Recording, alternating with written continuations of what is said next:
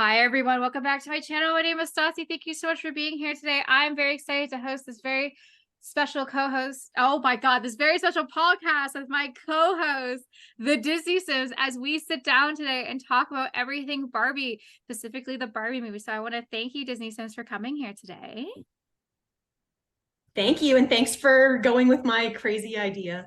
Of course, baby girl. Anytime you want to do something crazy, I'm super down. And I'm also super excited to have Simskingdom here as well. Welcome back. Hi, I'm so excited to be here for Barbie. I'm so excited to have you here as Pleasure, well. Barbie. I also appreciate you guys. This is an audio podcast, so there's no visual. They wore pink, I wore black. We got some Barbie Oppenheimer vibes going on here. Also, my girlfriend Rachel will be joining us a little bit later as well. But before we dive in, why don't we tell us a little about yourself, Miss Disney Sims? You get to go first. All right, I'm Court, first of her name, rightful heir to the seven kingdoms of Westeros, aka the Disney Sims, aka Townie Tales. And I love all things Sims and all things pop culture pretty much. So I am very excited to discuss Barbie movie. I have dissected the F out of it and can't wait to talk. Yes, well, I cannot wait to talk about it as well as like every girl. I'm like, I cried. Okay, I was a full. I cried my eyes out. I didn't expect it to be as deep, but we'll definitely get into that and a little bit later. Simskingdom, welcome back. Hi, I am so excited to be here because this movie gave me depression in a good way. So we'll discuss that. I am Theoni. You can find either my acting side, which is also why I was interested in this movie, on Theoni Bicari, which is my website. Or you can also find my stories in Sims Kingdoms, where I have 11 kingdoms and counting on Instagram, Twitch, YouTube, everywhere. I love it. Love Well, that. I love the let's story. let's dive in and talk about what was our expectations going into the movie. Like what were your thoughts? I'll start with Disney Sims. All right. So I went in with pretty high expectations. I thought that they were going to do a really good job just through the marketing alone. I feel like this was probably the best marketed movie of our generation. Mhm. Like the marketing team of Barbie needs a raise. Just brilliantly done. And so they really hyped it up to begin with. I was really excited about it. Watching the movie, it exceeded my expectations in some ways. There's some things I'd like to talk about from like maybe a critical standpoint as well. For me, it wasn't all like completely sunshine and rainbow. So I'm happy to discuss maybe some of the things that I found a little problematic on it. But again, I bawled my eyes out through most of that movie. I think I had an expectation of it being a little like not having to have a lot of substance just based on the context of it. But then when it did have the hard hitting truths that it did, it was very impressive. So yeah, overall, it was amazingly done. I was very impressed with it. I will definitely go see it again. I love it. I kind of had the same vibes of going in. I'll save my thoughts to the end. Simskingdom, how about you? What were your thoughts? Well, when I first started seeing, I first heard about it when I saw the pictures of like who Barbie Ken is gonna be, who's casting them. And at first I was like, I don't know, Ryan Gosling, like with that blonde, he looks kind of, it's the tan. I was like, but he killed it. He killed it. I love the casting in the film. They did hype it really well. I was expecting, I went with my mom and them, and I wasn't sure if I'm gonna watch it in the movies, which thank God I did, because I was like, maybe when it comes out. But I was expecting it to be a Hollywood movie about Barbie, where it's fun and good and you'll have fun and maybe you'll be touched a bit. And then I go and it's really fun, really fresh, and I'm so happy with all the things that they brought back from the quote unquote original raw lore of Barbie. And then that monologue happens and I get a deep depression and it just can't bounce back. Anyway, so it was fun. I don't know if I'll see it again, maybe when I'm not anxiety Barbie in my life, maybe later on. Oh my God. I just, like, especially if they're like anxiety, depression, sitting on the Yeah. couch watching oh fuck the show Downton Abbey, and I was just like Oh. dying laughing because I was like, that's Yeah. so real. I walked in, no, I didn't expect too much because I had Uh-huh. seen people who had talked to me because they'd already seen it and they didn't like it. And I was like, oh, okay, so okay. So I was like, okay, so clearly this movie is not as hyped up as it's supposed to be. That's fine. They had said that they liked Oppenheimer better. And I said, okay, that makes sense. And I did Barbie Oppenheimer. So for anyone who doesn't know what Barbie Oppenheimer is, it is a great marketing ploy by movie theaters to see both movies at the same time. Or not the same time, the same day. Yeah. Our theater specifically had showings that you could do both back to back, but you had to do Barbie first. Anybody who is going to do Barbie Oppenheimer, please see Barbie first. Don't see Oppenheimer first. You just feel depressed after watching Oppenheimer. Barbie actually, makes you feel something. But anyways, I walked in right off the bat. Almost every girl in the theater had pink, was wearing pink, and had or in their favorite Barbie costumes or had their favorite Barbies with them. To me, that was just the moment. Like that was the moment to me as a longtime movie lover, longtime movie theater goer. I was the kid that dressed up as Harry Potter for every Harry Potter film that came out. I dressed up for many movies, Hunger Games, you name it, I dressed up for it. So it was really cool to see that aspect of the theater coming back. I was very scared throughout the pandemic, thinking that live theater, like theater was going to end. So just seeing like these little kids dressed up in their Barbie costumes, holding their favorite Barbies. Oh my God. Like that was, it had sealed the deal before the lights had even turned off.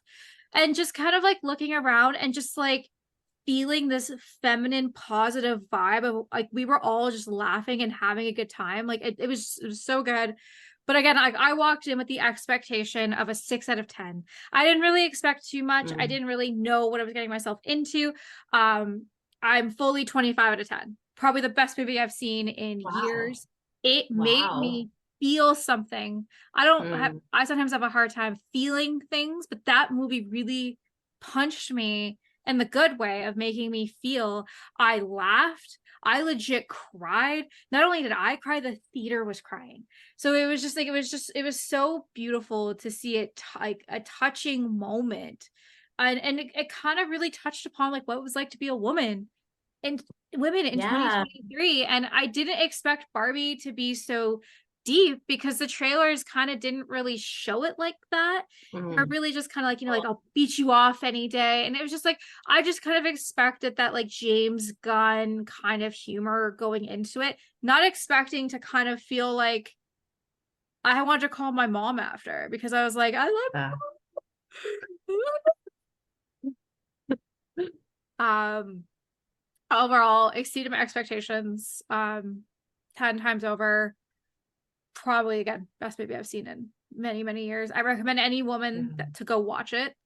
And men and non-binary and non-binary everybody who has a pulse. Everybody go see it. Everybody, it's a human experience. Yeah, go see it. My husband and I went with 2 guys to the movie, and my husband and his best friend, and yeah, we were all dressed up, ready to go. It was a fun time, and yeah, everybody at the theater that I went to was all dressed up too. We were all complimenting each other's outfits, and it was like one big like when you go to a club and like you're in the bathroom and like just girling out. Yes. Literally what just the movie theater felt like. It was so fun. Just to add to what you were saying too, like it really did just, I could see why people would say they didn't like it, because I could see somebody, for example, like writing an essay how basically Barbie, the movie was just a bunch of montages with like a very like thin veil of how they got to said montages. Yeah. But that's not the point. You know what I mean? Like the point is what's in those montages is like just out of this world. And also I really enjoyed like what they did with the Kens. Like that was hilarious. And in terms of our Simstagram universe, like everything was Barbie, everything for all of July, like everywhere over The Sims was pink everything. But yeah, aren't basically Sims the evolution of us playing Barbies? Like we played Yeah. Barbies and then we're like, oh, Barbie's online, perfect, I can make their house. So It's so true. I remember as a kid, like I had a shelf in my bedroom that I would set up kind of like apartment style. And I feel like before I had The Sims, I was buying my Barbie shelf into what I then just adapted and evolved into The Sims with. So really good point, Leonie. That's so true. I know from me because okay, this is completely silly, but the royal story I'm playing started with my dolls when I was a baby because they had a royal family, So Barbie is the evolution. Yeah. But I saw here I mean, I'm sure you've heard that there's a lot of talk about Barbie and that it's man-hating, and which of course it's not. And sometimes I hear, because I understand how someone who has a different view might say something, and then someone who hasn't seen the movie is like, oh, I get it from the clips I've seen online, if you don't have the full context. But what confuses me is when people see the movie and then they describe it back to you, and it's like, we didn't watch the same movie, because that, like, someone was like, yeah, because Kens had nothing. I'm like, but the whole point is that they shouldn't have nothing. They should be their own people. Or I read someone that said at the end the Barbie went like the feminism to climb the corporal ladder, and I'm like, she went to the gynecologist. Like, did you not hear it? Oh, I could, especially the ending. I was like, okay, so is she getting a cookie, or does she always had a cookie? Like that was kind of like She got. she's getting a cookie. Oh, Yeah. Right. maybe. Well, before we dive any further, welcome Rachel. Welcome back to my podcast. How are you? I am good, thank you. Sorry I'm a little late to the show here, but we're talking about exciting things. Yes. Well, we're still on West Coast time, baby. That's why. This event coordinator extraordinaire is here. Exactly. Before we go any further, Rachel, why don't you tell us a little about yourself, and I will ask you that we only got through one question so far. So, oh, good. Yes. Okay, I haven't missed too much. Nope. Well, as Stassi just said, I am Rachel. We have done a podcast long ago, I would say now, and I don't have much of a Simmers background, but I'm known as Stassi's farmer friend. And even though I'm a farmer, I do like to indulge on my inner Barbie. So this podcast kind of called me, and I really liked the movie. So yeah, I'm just really happy to be here and kind of make an appearance again. Well, I'm glad. Was there a farming Barbie growing up? Because I don't remember a farming Barbie. More like cowboy Barbie. Cowboy Barbie, yeah. That's the one I had. Cowgirl Barbie. Well, Rachel, the first question I asked is, what was your expectations going into the movies? Did you have a high expectations of this film, or did you kind of just go in with like I think it's going to be okay? I think, yeah, that exactly. Like, I just kind of left it very open-minded. I didn't try to see too many spoilers beforehand because I just wanted to experience it. I just kind of wanted to be in it, and I think I did. And I'm sure we'll talk about it more, but like, I was very happy that I went and I saw it in theaters. So yeah.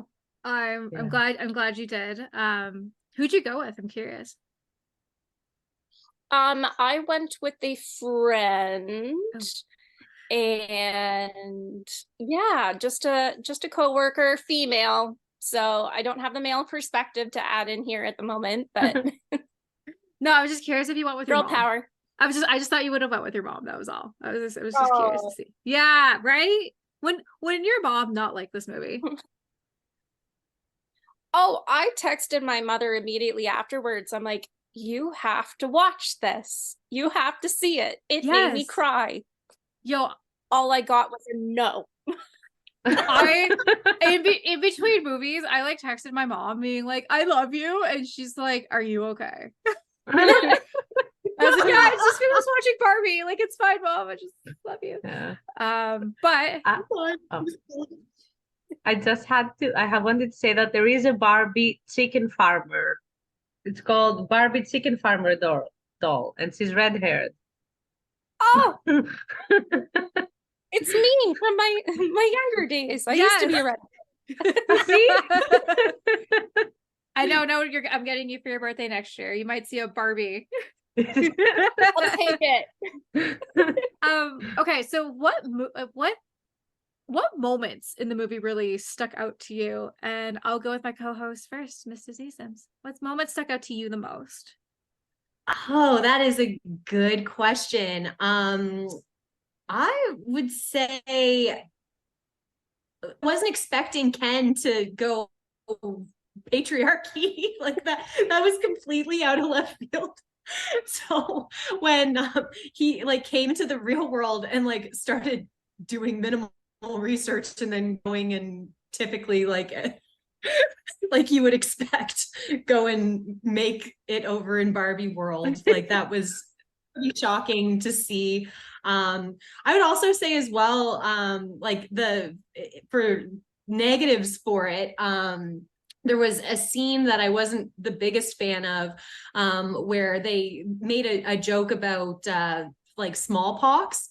Mm-hmm. And I thought that was a little punch downy for me. And then my friend who I went to university with is actually a professor for Indigenous studies. And she wrote like a whole thing about how, it was problematic. And I really appreciated that perspective. I thought that joke could have been left out, and it wouldn't have actually added, or like it didn't actually add or take, you know what I mean, anything away. And it just kind of like left a bit of a sour taste in my mouth. But again, it's minimal. I would say as well, I was expecting Ken to just be like Barbie's like, boyfriend accessory. I wasn't expecting the ending to happen the way that it did. I did like how it ended, but what I didn't like about it was I didn't feel like Ken actually had a full like redemption arc. Like it felt like he did, like during the scene where she goes up and talks to him, like he doesn't apologize to her, she does all of the apologizing, and it just kind of felt like there just wasn't a real resolution for him. But I don't know if Ken was supposed to actually be like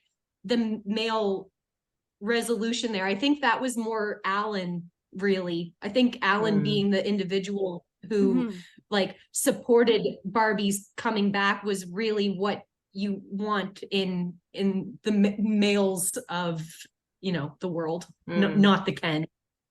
But Kens were cool. I bet everybody's going to be like Ken and Barbie for Halloween this year, 1,000,000%. Oh, 100%. If me and Jason don't have a Halloween costume figured out, it's going to be Ken and brown hair Barbie, brown Ken, blonde Barbie. Actually, we were in Vegas. We saw a bridal party, and one of them had Ken on the sash. Aww. I was like, that's too cute. There actually is one part of that I think, okay, so as me and Rachel had, we talked a little bit on this weekend about like what it's like to maybe be in a relationship and how kind of like maybe one person carries it a little bit more than the other in some parts of the relationship or not.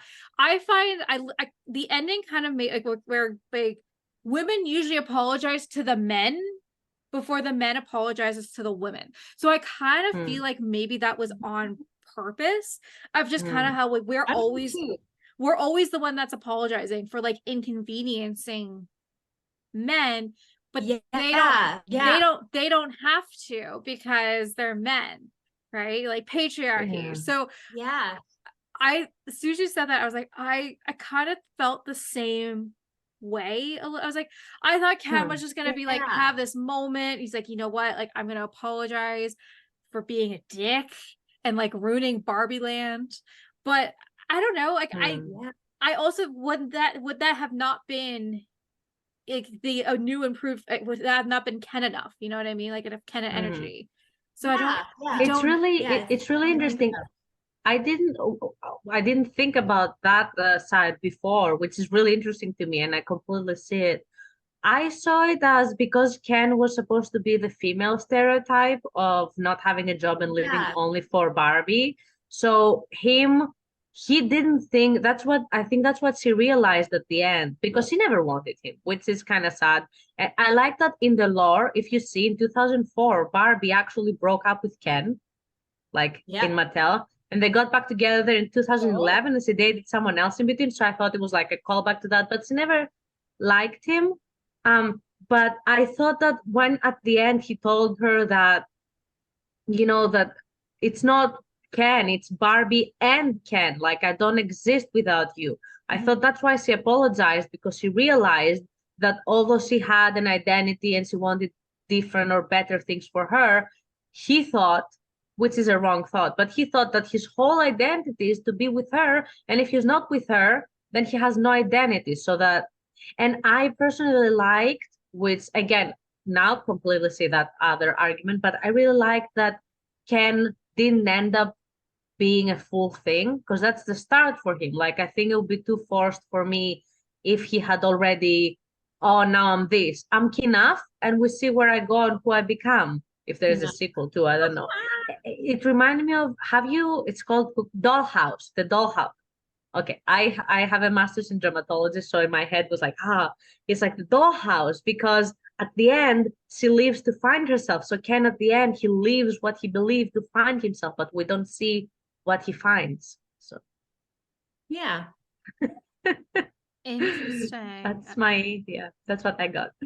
Sorry to ruin it, Barbie. Simskingdom, how about you? What moment stood out to you in the film? This is how we froze it. Can you guys hear me? Yes. Okay, perfect. Simskingdom, what was the one moment to you? Yes, stood out. Sorry, That's okay. I thought I already spoke, so I'm like, it was that monologue. The first monologue that she gave, that you're to this and to that and to this and to that, which I watched it with my mom, right? And it touched both of us. We all cried. It was her best friend was there as well. My mom, being older than me, she heard this monologue and was like, yeah, exactly my experience. But she's also complete in herself, where although that is true, she has found her place and how she deals with it in the world, right? Me, I am 26, not too young, not too like experienced or whatever, but nice save. No, what I mean is that, like, I'm married, for example, right? So I've moved into that experience. I'm not dating anymore, but I'm not, like, I don't know, I'm not 30 even, like, I'm in the start of my career. Everything is fluid in my life. So hearing that, which is my exact struggle, and not seeing, like, I didn't see a way out of it. Although I know there is, and everyone's going through it, but it really depressed me. Like, I didn't know how to pull myself out of it. And it's really important for everyone to hear, I think, and for other people to understand people's experience. But I didn't know what to do with it. It hit me so hard that I was like, yeah, true. And is there a solution? Doesn't seem there is to be one. Just leave. So sucks to be me. Add to that too, the idea of, like, for example, your mom watching that, like, I feel like a lot of older women watching it that are like, maybe, like the Dennis the Menace mom age, would really really appreciate that monologue, because I feel like that was the generation where it was like, oh, you're expected to do all of the housewife stuff that you've always done, but now you also have to have a full-time job. And so, like, it was like this, I call it the Dennis the Menace mom, because like she was like, just doing every single thing that, like, the stereotypical ideal housewife does, and she was working full time, and it made it look like that was actually possible, and it's not. And I could really see older women watching that and getting that experience, because I think the younger generation, I feel like I'm like on the older side of the younger generation, doesn't quite have that, because we understand how unfair it is. Mhm. Well, although I love what you say, and my mom is in a relationship, but she lives alone because she's like, she knows how she wants her life to be. Like she loves her partner, but she wants her space. You know what I mean? Yeah. Although I'm the newer generation and I didn't expect to experience some of these, which do not have come from my poor husband, who's so helpful and so nice, but I still feel all this pressure that I have to be perfect at work and at home, and my home needs to be clean and it's my responsibility, although it's not. And I'm like, how did that go into my head when the people closest to me don't put it? So I'm like, where does it come from? Who put it in my head, you know? Yeah. Yeah. Well said. Very well said. I love it. Rachel, how about you? What moment stood out to you? Honestly, the moment when Barbie's just taking it all in after being destroyed by the young girl, I can't remember her the daughter's name at the moment. But she's just sitting on that bench and she's just taking in everything around her, and then she looks at the elderly woman, and that just really got to me, because it's like Barbie's just out of her box, she's out of her world for the first time, getting slapped in the face with reality, and she just takes a moment to just take a moment, look at everything around you, what's the beauty in what's around you, and then she has this really sweet, tender moment with this lady on the bench who, badass lady, I know I'm beautiful. Yeah. It's So, Barbie's the maker of Barbie, it's her daughter that inspired her to do the whole like make Barbie, which was so amazing. You know, they almost didn't put that scene in the movie, and the director said, you won't cut it. Like they almost didn't put it in. Yeah. Yeah. Oh, I can't believe Amy Schumer was almost Barbie. That is shocking to me. that was The original screenplay was going to have her. I think the movie would have bombed. I used to believe it. Like back in the day, I used to like Amy Schumer because she was like the first comedian. It's like, let's talk about our cookies. Let's talk about how awesome sex is. Okay. Like I like that. But the later stuff she's in now, I'm like, oh, I cringe every time she's in there. And it's just like, oh. But as soon as I saw that she was out and Margot Robbie was in, I'm like, okay, this is gonna be an amazing. It would have been Trainwreck, but pink. yes. Well, exactly.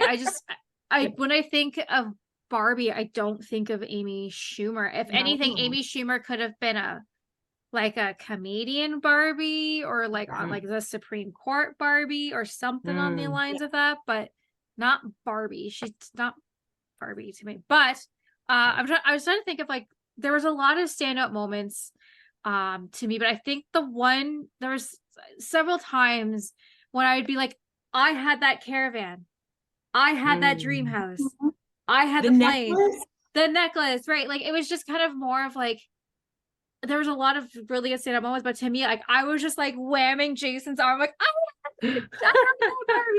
I would also, I love Kate McKinnon and everything she does. She's such a phenomenal actress, and the fact that she played Weird Barbie, I really liked that. I really, next to obviously stereotypical Barbie, Weird Barbie was my second favorite. Yeah, because we all had a Weird Barbie, the one that we like maybe like played a little too hard with. And just I wasn't cutting a hair girl, but I definitely drew on my Barbies. I just say the attention to detail on Weird Barbie too. The one 80s or 90s theme, just that plain purple dress. I had that dress. I absolutely hated it on my Barbie, but that was the Weird Barbie. That was like Weird Barbie. You didn't put your good clothes on your good Barbie, you put it on your backup Barbies. Now, did anybody else have any other Barbies besides a Barbie and a Ken? Did you have Skipper or any of her other friends? I had the pregnant Barbie. Midge? Yeah, and it was so fun. I don't know if it was exactly her, but I remember you could press the tummy and it would turn, and there was a small baby. I would. It was anti-anxiety for me. I would press it. At one point, that Barbie lost her legs. That was my weird vibe, I guess. But I still had the baby and all, so I kept playing that she's giving birth. Yeah. I love you. And she's supposed to be married with Alan. Do you know that? I did know that. And then I shipped them so much. I was like, in my head, they're married. I don't care. In my head, they're married. So cute. Can we just take a minute and appreciate I think it's I can't think Michael Cera. Michael Cera. Yeah. Michael Cera, who played Amazing. Alan. Oh my god. Oh, So good. Yeah. Originally, the guy who plays Olaf. Not Olaf. Jeffrey King George. No, fuck. I can't. Why am I all over the place? Hamilton's king. Jonathan Groff. Jonathan Groff, thank you. He was up to play Alan. I think that would have been bad casting if you would have asked. Yeah, I agree. Yep. Yeah, I could see him like be Michael Cera. a Ken, but not that one. Not Yeah. Alan. Yeah. Right. Yeah.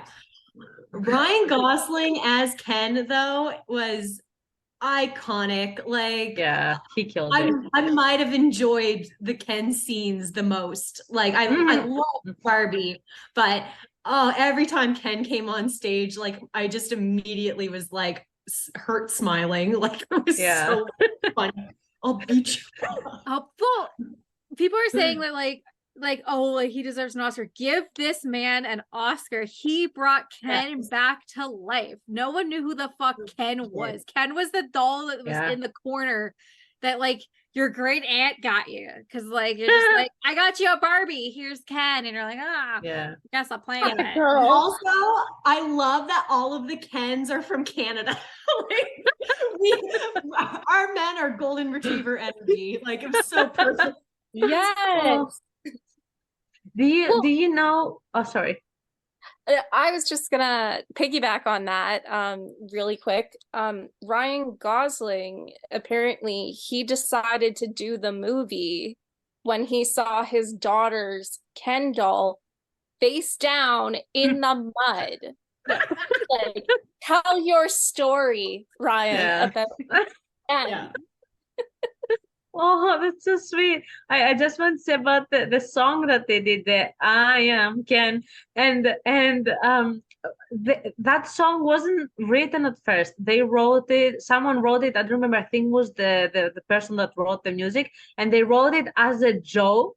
And they showed it to Ryan Gosling. He's like, no, this is amazing. And he showed it to the director, and they made it this whole thing.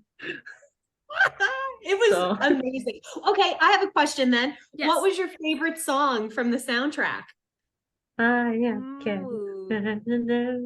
Oh, Billie Eilish's song. Yes. I'm crying. Yeah. Crying.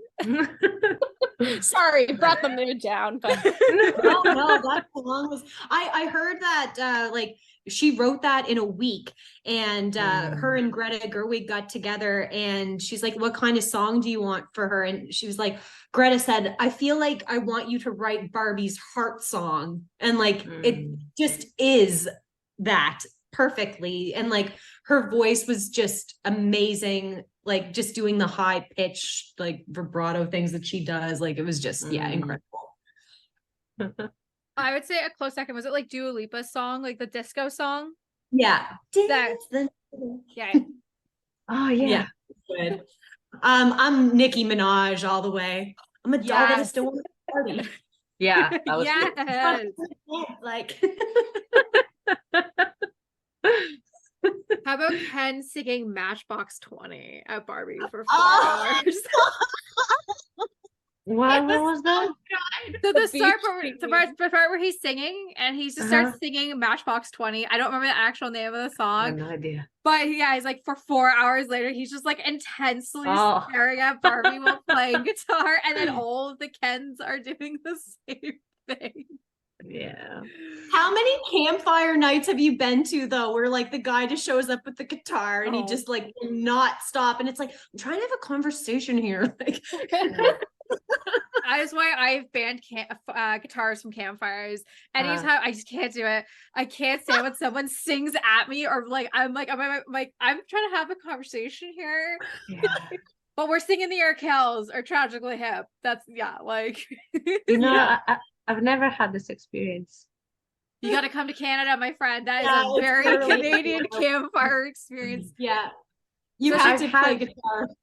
I've had someone play the saxophone like that to me in a date where we went to his place, and it was just like, oh, I play the saxophone for like hours, and I was like, could be into that. I it feel like was that cute. guy's It was probably cute. Oh, Is God. that That's the Alan? closest. Is that Alan's instrument? Yeah, it's Maybe. Alan's saxophone. Alan can get it. 100%. I like though Ken, because it was Margot Robbie said it, that the fact that he played Ken made him likable, because when we all saw at some point that the patriarchy was coming to the Barbie world, but the way he did it, I couldn't hate him. I'm like, he doesn't know what he's doing, you know. But yeah, How can you hate Ryan Gosling in general? Like, he is just a puppy. Like, I don't know how to explain it other than that. I'm so in love with him. I've been in love with him. yeah. So a fun fact. So I was getting my hair done, and we were talking about Barbie. Like we talked about Barbie for like an hour. And she's like, I want to go see it again because I want to point some things out. And I was like, yeah, for sure. I mean, she's like, I had this thought throughout the movie, and I'm like, I gotta hear this thought now. She's like, Margot Robbie is in her like early 20s, late 20s, early 30s. Maybe I think she's like 30 something. But Ryan Gosling's like 40, right? He's in his 40s. Yeah. Isn't that fascinating that a man in their 40s can play Ken at basically any age, but all the women Barbies were younger. So I find that really interesting casting as well, because as you know, in the age of Hollywood, if you're below the age of 40, you're fuckable. But by the time you're 41, you're playing people's moms at that point. Yeah. It's interesting to see in acting, we call it what's it called, your age range. So so what you look like, which is really, I didn't know their ages, by the way, but and I see it completely. It's a completely valid point. I'm just gonna add to that. Yeah. Do you think a younger Ken on their 20s could give us that depth? I don't know. If that makes sense. Anybody but Ryan Gosling could have given us that depth. 100%. Yeah. Like for some reason, I don't know, maybe that's another harmful stereotype that I harbor for younger men, you know? Yeah, no, good point. It's cool to like think of your own biases or like things that maybe you don't think of because it's so ingrained in our society. Yeah. Every breath you take. We're getting very meta with this. Speaking of meta, when they break the fourth wall about how Barbie's like, I'm ugly, and then they're like, side note, we shouldn't have casted Barbie. Dame Helen Mirren coming in with the goddamn sass. I loved it. The narration was so good. Yeah, it was so well done. They really considered a lot of things. I really liked Will Ferrell's character too. I feel like you could go into like the metaphors of what the different men within the Barbie universe were for what reason, right? Yeah, it's fascinating. I mean, let's talk about Mattel. I found that like Mattel had to have taken that on the chin, because the only way we could get a Barbie movie is with Mattel's blessing. And you basically see like the soul sucking corporate America of being like, hey, Ken's Dojo Mojo Casa Dream House is selling off the shelves. And it's just like, it goes to show. And then like how Barbies sell is like, hey, like as America Fair at the end, it's like, I think we should do an ordinary Barbie. And the guy's like, Real Flower's like, nah, we're good. And there's like, we did some numbers to make some money. Yes. And that is corporate Amazing. America 101. They'll do Yeah. anything as long as it makes a quick buck. Now, here's the question. Would you actually call him mother? What? If we would call him mother. Yeah, Will Ferrell says in the movie, he's like, oh, you can call me mom or mother. And they're like, good. Thank you. No, he's definitely not mom. We all have our king size, like. It was so funny with the sugar daddy Ken, where he's like, they say, and everyone looks at him, he's like, no, this is sugar, and I'm her daddy. No. But I thought that was so clever to go with Barbies that they've retired throughout the year. So Sugar Daddy, I was like, I did not know that was a Barbie. Or the Barbie, the hoop Kens. Well, I don't remember the name. Do you know why that Ken is that way? What, No. Sugar Daddy or the one with the earrings? The one with the earrings. Why? So I knew this prior to the movie, and odd LGBTQ information. It is known as the gay Ken doll. Yes. So I am this was back in the 90s when they did the research on the look of this doll. I don't have resources or anything, but I remember hearing the development of it. They sent Mattel people in and designers into popular clubs at the time. Well, the clubs that they were going into, something about like back in the day, the way your ears were pierced for men indicated whether you were gay. And the outfit that they picked for him, very visible of what gay men were wearing in clubs back then. So that's how the earring Barbie, I don't know his official title, came to be. They were trying to find what was popular and what would be coming back into rotation and interest. So that's a little fun background on who he is. So.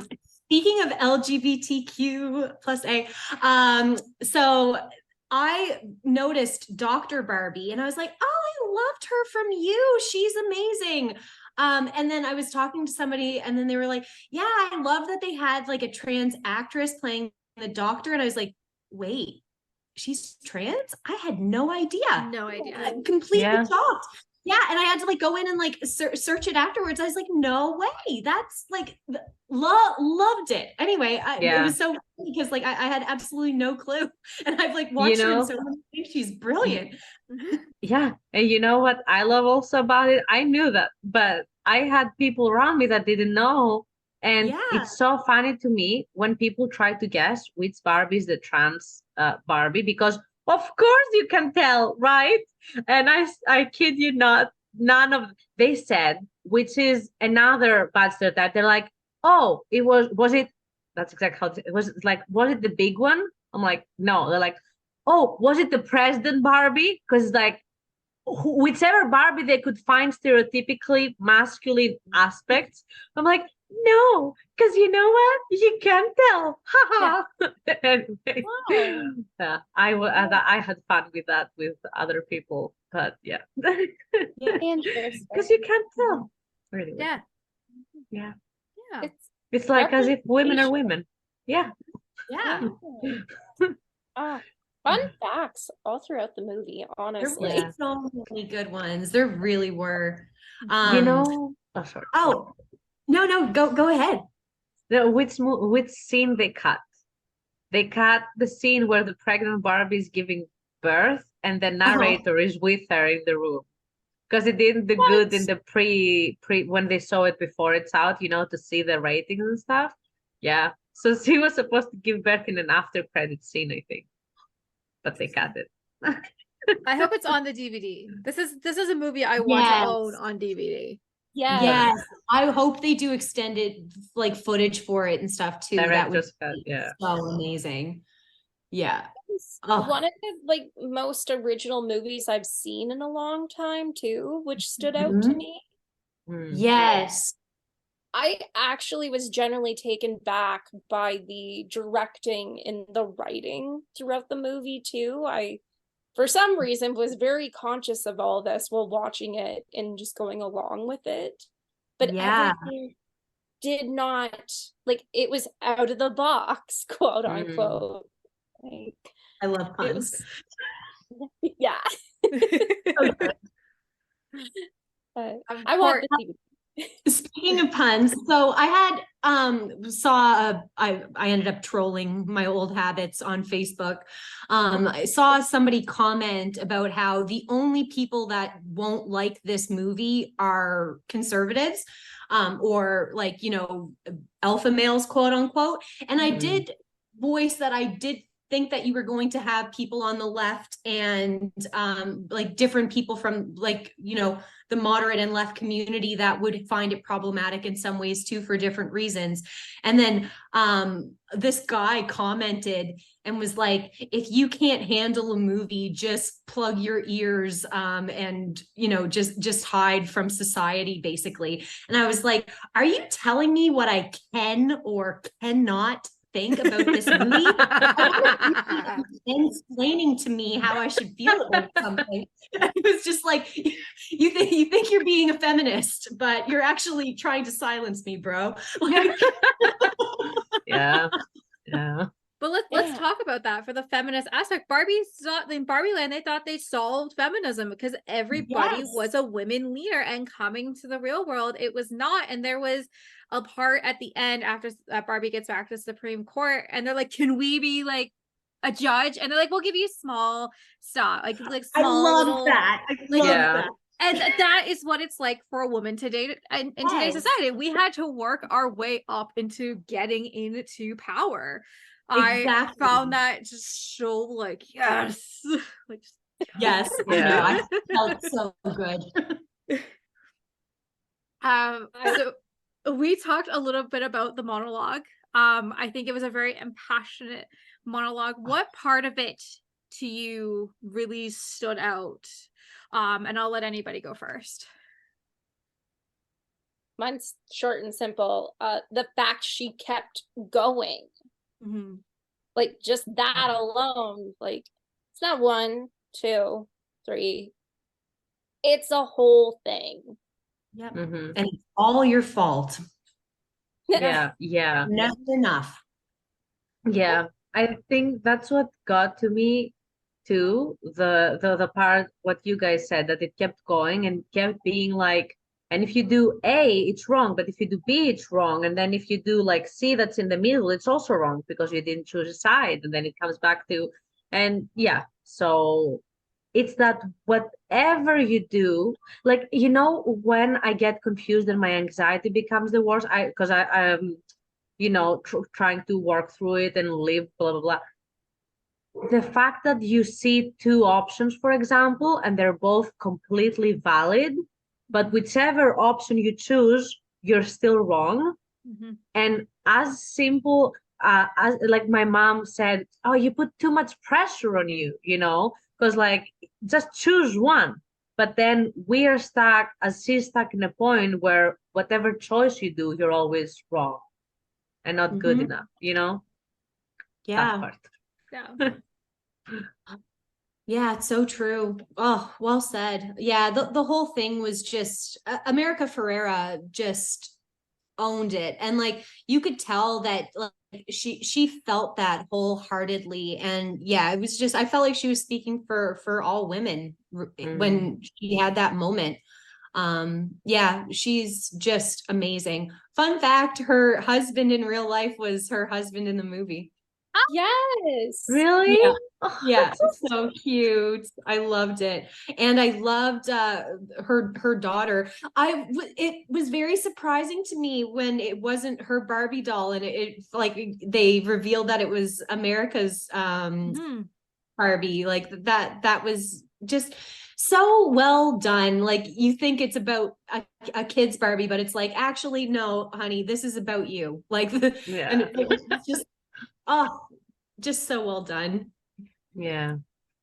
I would have paid literally to be, because when she gave that monologue, the shots that they did, like it felt so, sometimes when you act and you feel it too much and it becomes real, it might push the audience away too, because Yeah. we as the audience don't want to see real pain.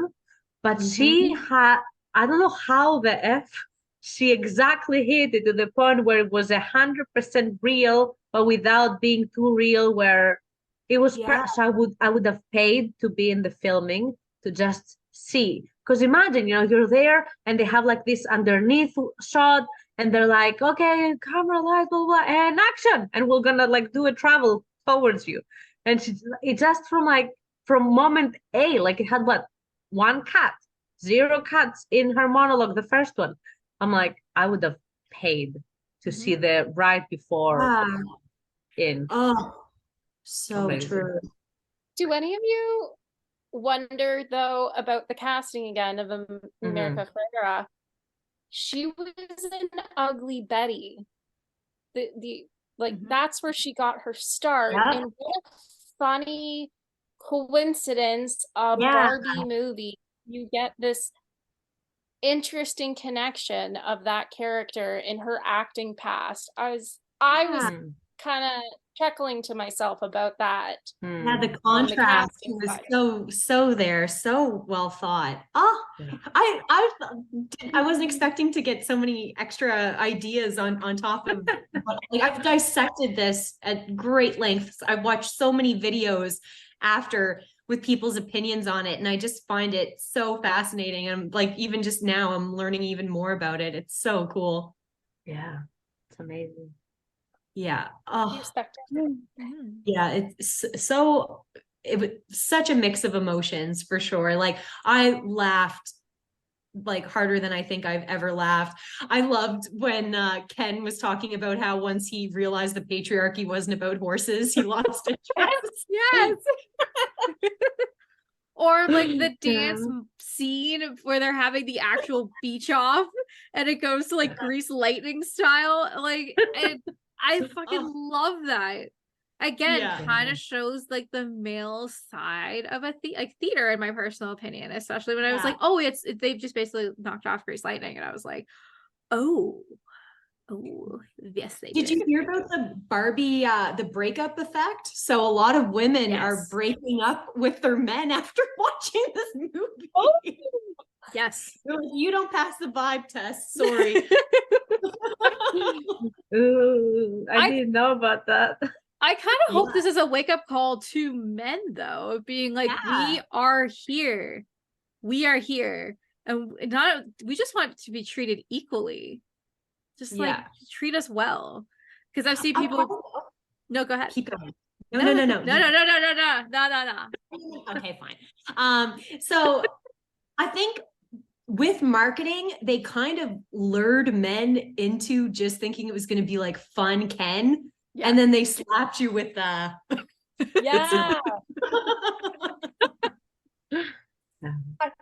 I have to say, somebody today, the very stereotypical Gen X white male,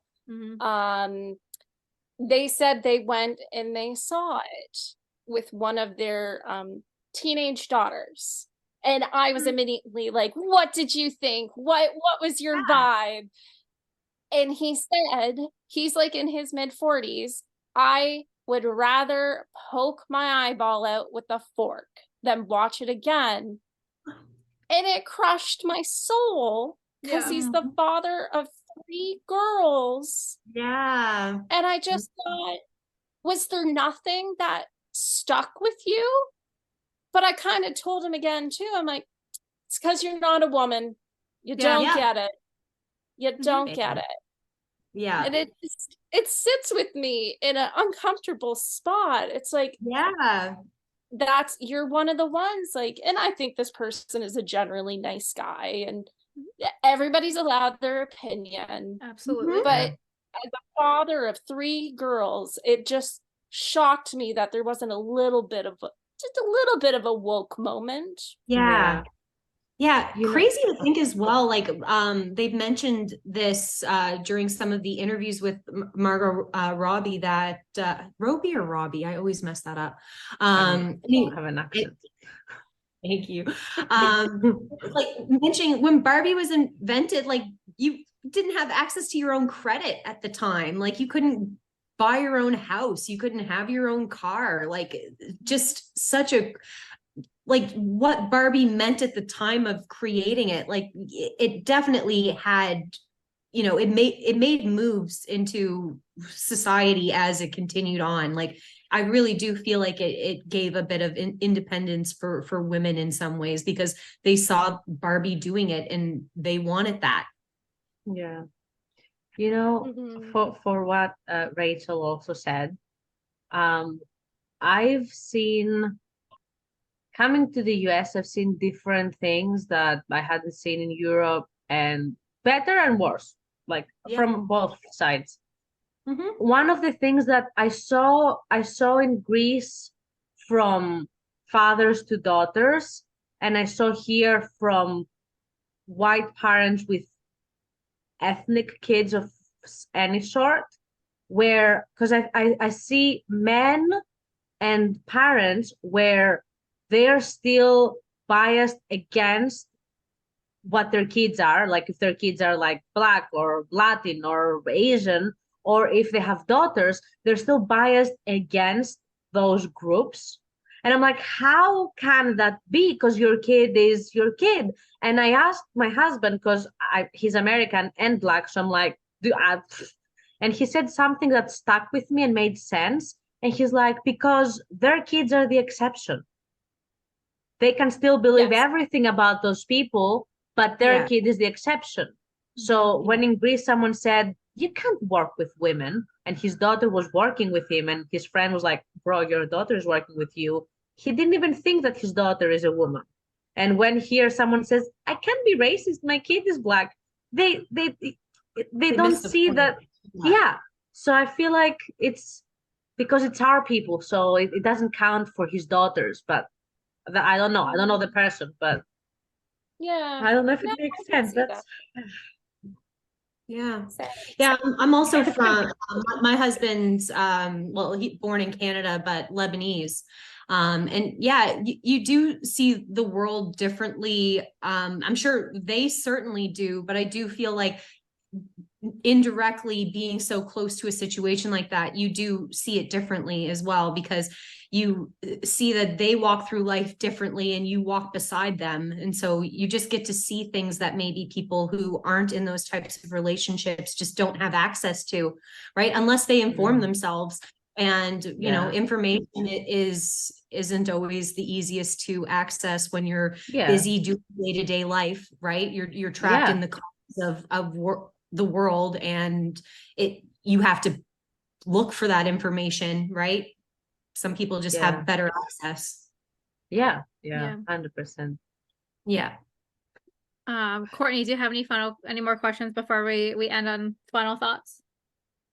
Oh, no, just overall, I really enjoyed it. I can't wait to see it again. And I'm going to keep dissecting it. I feel like there's going to be university courses that talk about this movie. Like it's just groundbreaking. Yeah, really enjoyed it. Really appreciate you hosting a podcast on it for me. Well, not for me specifically, but me begging you to. So Of course, anytime you have a podcast idea. Actually, I do have one for you that was just presented to me on the weekend that we'll talk about after. Okay. Yeah. I want to thank you ladies for coming. Let's take final thoughts. What's our final thoughts of the movie? Last thoughts, opinions, concerns that we want to, anybody listening to this who hasn't seen it yet or is considering seeing it or wants to, you know, let us know your thoughts, either DMing us, or now you can actually comment on podcast videos, because that's just not stressful to monitor those comments as well. So anyways, final thoughts. Rachel, you go first. go see it. Like, I don't care if you're guy or girl, go see it. Like, it's just a movie too. Yeah. But there's more behind it. So take it as you want. It's a 2-hour film, okay? In the world of 2023, 2-hour films are blessed. It's not like a 4.5-hour film. But yes. yes. Yeah. And it's not a Marvel movie. Like, finally, No. like, I'm just so Marvel fatigued. Like, it was just so nice to have something unique and its own. And loved it. Yes. My final thought. Your love final thought. I love it. Simskingdom, how about you? Final thoughts? That human experience is as simple as complicated at the same time. And whatever gender or position you are, we all want to protect our own interest. But I feel like if we just open our ears to what another person is going through, even if our first response is to just defend, we're not being, we are not under attack, so we can afford to listen and maybe do something different if it feels good. Yeah, or if it doesn't, like, feeling ugly is part of the experience. You know what I mean? Like, otherwise you're really having cognitive dissonance to what's going around you. Like, it's important to feel those ugly things. And I feel like Barbie did a really good job of showing all of the beauty and the glam, but then ugliness, right? And embracing it. And it was just so well said, Theoni. I loved that. No, I love it. I meant more for the if it feels good, that if it doesn't fit in what your gender is, but you still enjoy it, you can still do it. Oh, sorry, I misunderstood. But I love what you said though, because it wasn't. I was trying to. All love. All love. By the way, we look related today. I feel like we look like we could be sisters. Yes. Yeah. They're Barbie, we're Oppenheimer. Yeah, right. It's so true. Pink hair, exactly. couple flowers. You guys are blonde, okay? You're stereotypical Barbie. Let us be. Exactly. We look like the pregnant Barbie, you know? We're anxiety Barbie. Exactly. Choosing spiral shaming, overthinking. Yeah. I will end on the final thoughts. If you like Barbies, please consider going and seeing this movie. It is probably one of the best movies of the year, if not the year, the 2020s so far. Please go in with an open mind and go in expecting whatever you want to expect out of it. Everybody, as we've all talked on this podcast, and everyone in our real lives have all experienced something different in this movie, but that's what makes it so special, because everyone's taking different spots that really mean a lot to them. So just go in open minds, enjoy that moment, and not only just enjoy that moment, but enjoy the crowd around you celebrating a movie in theaters and just watching girls dressing up in pink. Like, girls, when you're walking to movie theater, they're seeing Barbie because they're in pink. So enjoy that moment. And again, if you're a guy and you don't get it, maybe ask your girlfriend or wife or sister or mom or anyone you went with and say, why did this movie mean so much to you? And listen and make sure they're heard, because I think that was a big moment in this movie. As women, we struggle feeling heard every single day, and we struggle that we are not enough. So if you watch this movie and it resonates with you, I want you to look in the mirror every single day before you go to work or you do your task, and I want you to look and say that you are enough, because that is something that as women we struggle with in day to day, is just feeling like we're enough, because it's fucking hard out there and we have so much shit thrown in our way and we just don't get the recognition or anything that we deserve. We just get constantly told that we are not enough, and we always make mistakes, and no one has our back, especially other women. They will tear us down. So please, please, please go into this movie with open minds, open hearts, and just listen to what the message is saying, that you are enough, no matter if you don't feel like it on a day-to-day basis. Like, you are enough. So I want to thank you, ladies, crying. That broke me. Erica Herrera too. Oh, Another monologue for us to be. oh gosh, what a note to end on. Yeah. I put some thought into that in the last couple of days. So Oh, I want to thank How you, ladies. dare you? I want to thank. podcast was like falling at the end of it. Join the The club. most I've had a couple podcasts now where I cried. It feels so good. Also, cry, lady. Cry. Men listening, cry. Cry it out. Feel that emotion. It is normal to cry, and I think that's something that this movie really tried to normalize as well. It's okay to cry.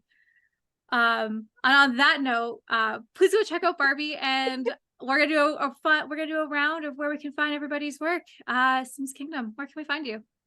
Oh, hi. You can find me either like my acting side under Theoni Beccari. I have a website. You can see fun things there, and Simskingdoms in everywhere: Instagram, Twitch, YouTube, TikTok, where I have 11 kingdoms and counting. If you want to see some royal intrigue. And drama. So much drama. Yes. And please stay tuned, as this podcast will be coming out near or around when we do our Royals Roundtable. Please go check out that podcast. It was the best roundtable I've had, I would say, this season, with the most people. We had 11 of us, I believe, on the call, and we really got to dive into what it was like to be on the royal side of the community. When I started this podcast, will be almost 2 years, a month today will be 2 years from the first episode dropped, that we can thank you. That was my whole goal, was to have roundtables where we could sit and talk about any discussion that comes across the table. So the roundtable with royals was that was like the moment where I was like, okay, this is why I did this. Let's keep moving this forward. And I'm so excited for you guys to finally listen to that. I've been sitting on that podcast for about 4.5 months now, so I'm very excited to finally get to share that with you guys. I was a planner. Yay. Disney Sims, how about you, baby girl? Where can we find you? All right, you can find me at the Disney Sims, at Townie Tales. I'm on Instagram and TikTok and Threads, because that's a thing. So yeah, catch me on there. And thanks again for having this. This was awesome. And thanks for being such a glue in our community, Stas. Like, just to have, a podcast with 11 people talking about something that is so much more than a game to us is just an incredible, thing. It really just shows that, Simstagram, although it has its problems sometimes, really is that creative outlet for us, and that community is sacred to us. So, well, I love you, girl. You have no idea of what has been going on behind the scenes. I really do appreciate that, and I love this community so much. I try to be the guiding light where I can, and giving everybody opportunities to either be interviewed or talk about their experiences, because as a community, that is how we thrive, is together. And being able to share our experiences not only just makes myself grow, but everybody grow around us and the listeners that listen to this. And I want to clarify, I love all my listeners, including my haters. I love you guys so much. I appreciate everything that you guys do, especially listening. So Rachel, how about, and watching is coming to an end very soon. I'm not going to put out any more of the videos from this season, just because I don't have enough time to do it all, because I'm a busy lady. But Rachel, how about you? Where can we find you? Yeah, I'm in a different world than The Sims, like I said, but if anybody has any interest in following a small scale farmer, you can find me on Instagram or Facebook at Hartcliffe Farms North. It's the name Harvey and Clifford, my grandfather and great grandfather combined. So just follow along with my farming journey. I love that. I will have links below for everybody. As well, if you want to experience Hartcliffe Farms and Rose Chronicles. Appearances. Actually, you're about to come back and make a really big appearance. I literally rewrote this part for you because you're a badass bitch. I gotta catch up. You take your time. We've got lots of time. I ain't producing anything more till after the wedding because I don't have time. Get you through. We'll get you there. I want to thank you ladies so much for coming here today, sharing your Barbie experiences. I really do appreciate you ladies taking the time and getting to sit down with you and talking about probably one of the best movies of the year. Also making this podcast part of reality. I originally wanted to start a podcast to talk about movie reviews. So thank you ladies so much for making this dream come true. So bring on all the movies. I'm down. I would love to, if I ever just become a billionaire one day, and I'm just like, I would literally have like Watch Mojo style being like, these are Sims interviews. This is real life interviews. This is a reverse interview. If you want to see a reverse interview, please go check that out where the awful gamer interviews Simmarine and I just sit there as a guest. And that was fun. I was just a guest. I love both of them. Oh my God. It was an amazing interview. So go check that out and just go check out Story Spotlights on every Saturday morning. I release written interviews to just, again, shine a light to a part of the community that the Sims team seems to forget. If you like what I do, please consider subscribing to my Patreon page. I super appreciate that. As well, they've changed the guidelines today, so I can upload more episodes onto Patreon, and so you don't have to wait 18 months to get episodes. Starting soon, they'll all be on Patreon on Spotify, so you can, if you'd like to, if you don't want to wait and you have $4 to $6 a month to spend, go check that out. I don't really have anything else to plug today. Please go check out these amazing ladies and have a great rest of your night. Bye. Thank you.